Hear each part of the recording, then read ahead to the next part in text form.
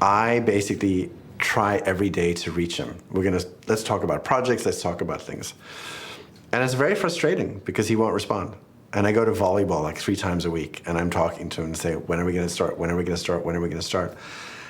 And it's like he just, almost like he forgot. And so I'm in this state of complete insecurity, like I just uprooted my life. 6 weeks go by. On my birthday, 7 o'clock in the morning, Keith Raniere calls me. And he says, hey, you wanna take a walk? And I'm like fucking ready. You know, I'm there, I've got my recorder with me, I've got a little notepad with me, and I'm so excited. He's gonna work with me now.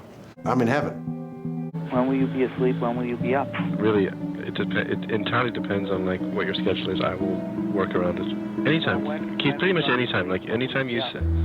Okay. I suppose I was like this very eager student. I was a fucking servant. I mean, I was obedient to him. There's a bunch of stuff missing in my craft.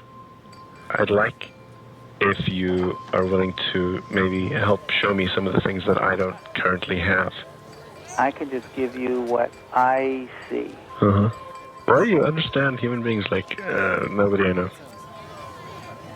I take walks with him at like 2 a.m., 3 a.m., 4 a.m. Something has to be done. Uh-huh. Justice doesn't prevail. Good doesn't triumph over evil. Those things, we only make them happen. Mm-hmm. The natural order of the world is just that. People die in the most awful fashions. There is no net under the high wire.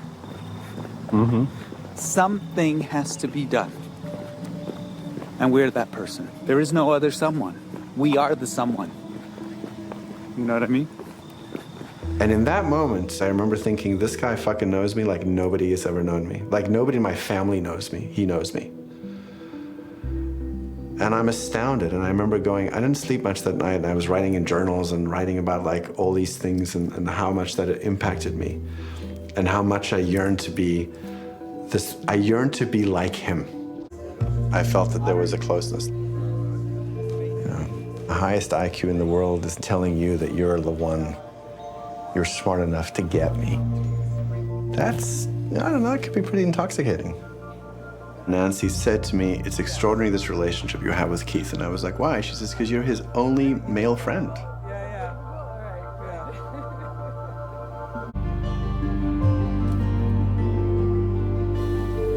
Actually, let's have everybody stand up for a second. For the first time in my life, I had the feeling of like, I am with me and I love me. And I remember just being like, oh my God, this is what self-love is. This feeling is the thing every single human being in the world wants. It's priceless. For 7 years of my life, I call him every single day. Marcos. Marquitos. How's it going? It's going good. Hello. Hi. How's it going there? Marcos. Hi, Marquitos. Hey. I do have some personal things, concerns between you and myself. I don't know if you realize it. I sort of took you on. To take someone on as what I'm talking about, friendship, it's a vulnerable risk thing. That's why I don't take on many people, so to speak, as friends. I wish I could talk to you about certain things. And I know you feel the same way. No, and I understand why at times you can't. I want to help you, and I believe I can. I mean, to be honest, I wish there was a time now that you were here for like 3 months straight, and that we spoke an hour every day, and you brought to me all of your impressions of the day, and I gave you what I can, but you'd have to promise not to hate me at the end. Here's I'm going to just try and say it simply, my big struggle. There are wounds of morality that I feel. There are wounds of injustice that I feel. There is no injustice. There is no unfair. There's just cause and effect. There's a part of you that is facing what if morality doesn't mean anything. as a human, as a male, as Mark. When you abandon all good, truly, you will come to a point where you must construct it. We are constructing a definition of good. It was very hard because you're going up against the leader. And in this case, a leader who had spent 12 years working his way into my psyche. Sorry. I'm a little punchy, that's all. Don't mind me. Esa discusión iba a tener lugar un día en la mañana, ahí en Albany, y pasó de ser una discusión de una mañana a una discusión de 4 días. If you decide to do something not boring, but not of the emotional tenor you need. So this is very documentary, intellectual. Great, I don't give a shit. La primera es irnos a I don't even know the word philosophy. I'm a typical person watching es el this. único país que tenemos y vale la pena defenderlo. I mean, nothing against being myself. Now, to put this on pause a second. So again, I have to keep in mind, who's the typical person that's seeing this? If you go to all of the wealthy, educated people and they all see this film and whatever, you're not going to change Mexico. It's not going to work. I don't think I need to see much more. I think you need to rethink this. It's essential. Okay. Thanks. So I'll speak to you later. Yes, you will. Later. I gotta think. I knew I'd mess things up. Yeah, I knew you would too. He made people feel really shit about themselves so that they would feel they owed so much more than they were giving. Bye-bye. Bye-bye. Bye-bye. You felt like shit, and he was the only one that could fix it.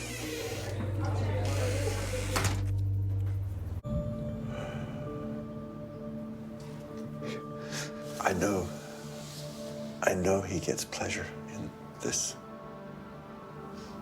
This is one of those things where you got stabbed in the soul and there's nothing that's gonna make it better. And he's done that to my friends, he's done it to my wife.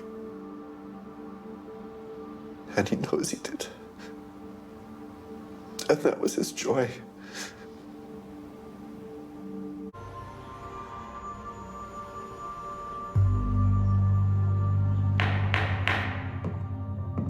Good afternoon, Mr. Vicente. Good afternoon. I'd like to have you look around the courtroom and let us know if you see Mr. Raniere here today. I remember shaking. And I remember saying to myself, I'm not going to look at him. Like, I'm not looking at the defense table. But I had to say the defendant's name, like Keith Raniere. And then they said, can you point to him? I pointed at him and I just held it. And the thing that was just fucked up was that the way he looked at me when I pointed at him was sort of this like, I'm here for you. I'm still on your side. I still love you. And I made the decision like, fuck you. You're not getting in my head. But later on, I had this like sudden thought. It was bizarre. It was like just floated through, and it was like this thought of like, what if he's right? What if he actually is a good guy? Okay, you wear the headphones and I'll hear how it sounds. And I was like, what the fuck is that thought doing there? I was so horrified. Not so much that the thought had taken root, but that I had the thought. When I was watching him on the stand, it was very sad. It felt like death, but not, it's like wanting to reach out and say, don't do this, or please don't lie. He believes that I am evil and has to destroy me, whatever it takes, including lying, cheating, being in a hate campaign. And I think he believes he has to stop me.